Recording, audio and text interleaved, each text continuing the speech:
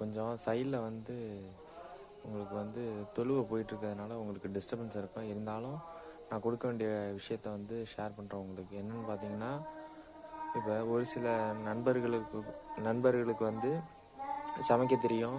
ஒரு சில நண்பர்களுக்கு வந்து சமைக்க தெரியாது. அது எதனாலும் பார்த்தீங்கன்னா, அவங்களுக்கு அதை பற்றின வந்து புரிதல் இல்லாதனால சமைக்க தெரியாதுன்னு சொல்லலாம். ஆனால் ஒரு சில பேர் வந்து கொஞ்சம் கொஞ்சம் வந்து சமைக்கிறது எப்படின்னு கற்றுக்கிட்டு கொஞ்சம் கஷ்டப்பட்டுருப்பாங்க. இது கொஞ்சம் ஃபஸ்ட்டு ஸ்டார்டிங்கில் வந்து எல்லாமே வந்து கொஞ்சம் கஷ்டமாக தான் இருக்கும். போக போக பார்த்தீங்கன்னா, அதில் நீங்கள் தான் வந்து மாஸ்டராக இருப்பீங்க. அது எப்படின்னு பார்த்தீங்கன்னா, இப்போ உதாரணத்துக்கு வந்து ஒரு புளிக்குழம்பு வைக்கணும் அப்படின்னு பார்த்தீங்கன்னா, அதுக்குன்னு ஒரு சின்ன வந்து ப்ரொசீஜர்னு இருக்குது.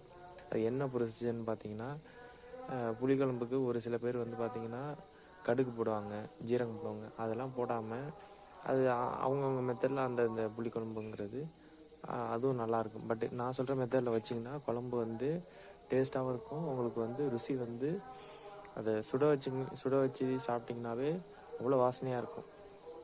அது என்னென்னு பார்த்தீங்கன்னா, ஒரு டீஸ்பூன் வந்து வெந்தயம் எடுத்துங்க.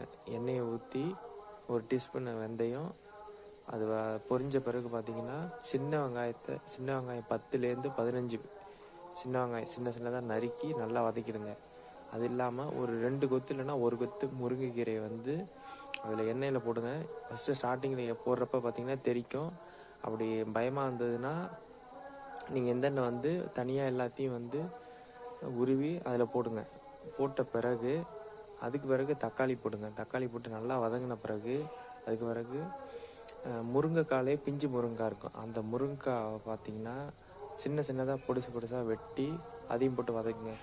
மற்ற காய்கறி வந்து போட்டுங்க. உங்களுக்கு வந்து சொரைக்காய் போடலாம், அப்படி இல்லையா சுண்டைக்காய் போடலாம். சுண்டைக்காய் பார்த்தீங்கன்னா சுண்டைக்காய் வந்து அவ்வளோ நல்லது, இரும்பு சத்து அதில் அவ்வளோ இருக்குது. அதில் இருக்கிற இரும்பு சத்து மாதிரி பாக்கி எதுலேயுமே இரும்பு சத்து கிடையாது. சுண்டைக்காய் நிறையா சேர்த்துங்க. நல்லா வதக்கிட்டு சுண்டைக்காயை நல்லா வதக்கின பிறகு அதில் மற்ற காய்கறி சேர்த்துப்பீங்க. வாழைக்காய் சேர்த்துக்கலாம். வாழைக்காய் சேர்த்திங்கன்னா கருவாட்டு குழம்பு மாதிரியே வந்து இருக்கும் புளிக்குழம்பு.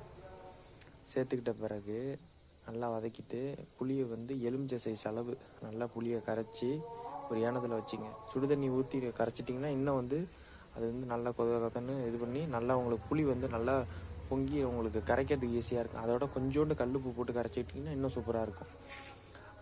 அது மட்டும் இல்லாமல் அது கரைச்சி ஊற்றின பிறகு அதை வந்து வதக்கி கரைச்சி ஊற்றின பிறகு ஒரு டீஸ்பூன் வந்து மிளகாய்த்தூள் போட்டுங்க. ஒரு 1.5 டீஸ்பூன் வந்து மல்லித்தூள் போட்டுங்க. குழம்புத்தூள் வந்து அதுவும் கொஞ்சம் ஒரு 1 டீஸ்பூன் போல் போட்டுக்கிட்டு நல்லா